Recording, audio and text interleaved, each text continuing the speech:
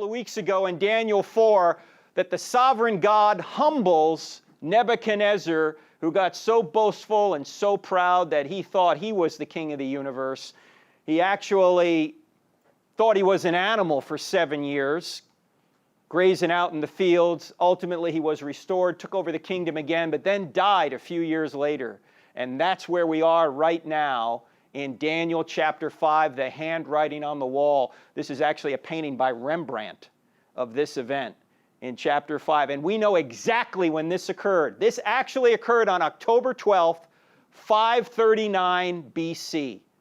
How could we be so sure? Because there's a lot of evidence, archaeological evidence, and historians who write about this kind of thing, and they tell us the exact date that the event here in Daniel chapter 5 occurs.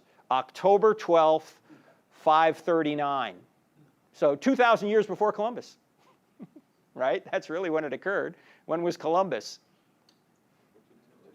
1492, October 12th, 1492. So this is about 2,000 years prior to that. So let's start out. If you got a Bible, take it out. We'll go to chapter 5 of Daniel. And so if this is 539 BC, how old is Daniel at this point?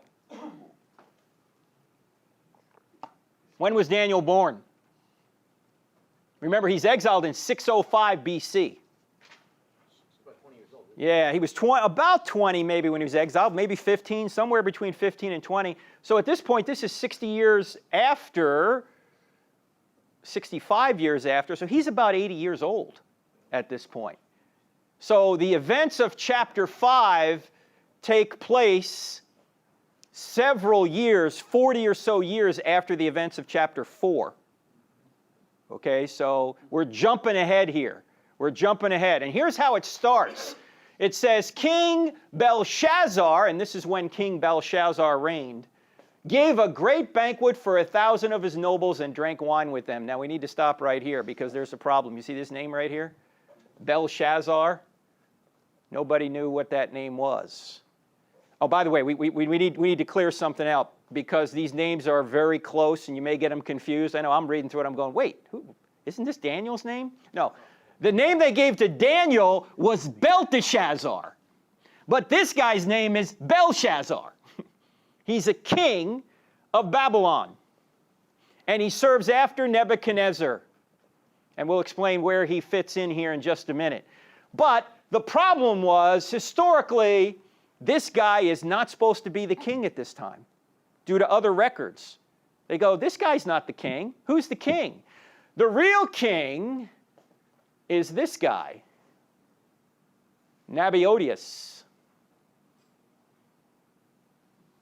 Well, do we have a problem here then? In fact, they think that this is this guy in this archaeological discovery.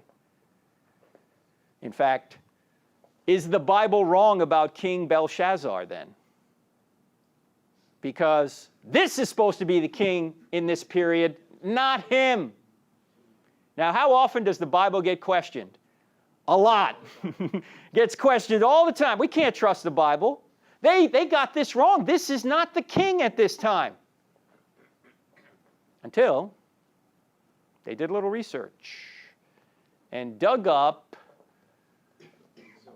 the cylinder of Nabonidus. And there's been 4 of these discovered in 1854. And you see, this is from the British Museum, by the way. This is where these things are held. These clay foundation cylinders were placed inside the walls of buildings to record a king's achievements. And this cylinder describes the rebuilding of the ziggurat by this king, the last king of Babylon. And this king actually prays for his son, Belshazzar, who does what? Rules Babylon while he's away. So technically it's true that this guy's not the king, but he was made king by his father who left town. Go ahead, Brett. Was this one found with the other one that talked about the other cylinder that verified the guy's name that broke through the wall? We're getting there. That's later. Yeah, no, this is a different cylinder. They found a lot of these cylinders. They found 4 of these identical cylinders. And not only did they find these 4 cylinders, they actually found what's called the verse account And the verse account, this is actually what it looks like, actually goes into detail as to what happened to the king. It says,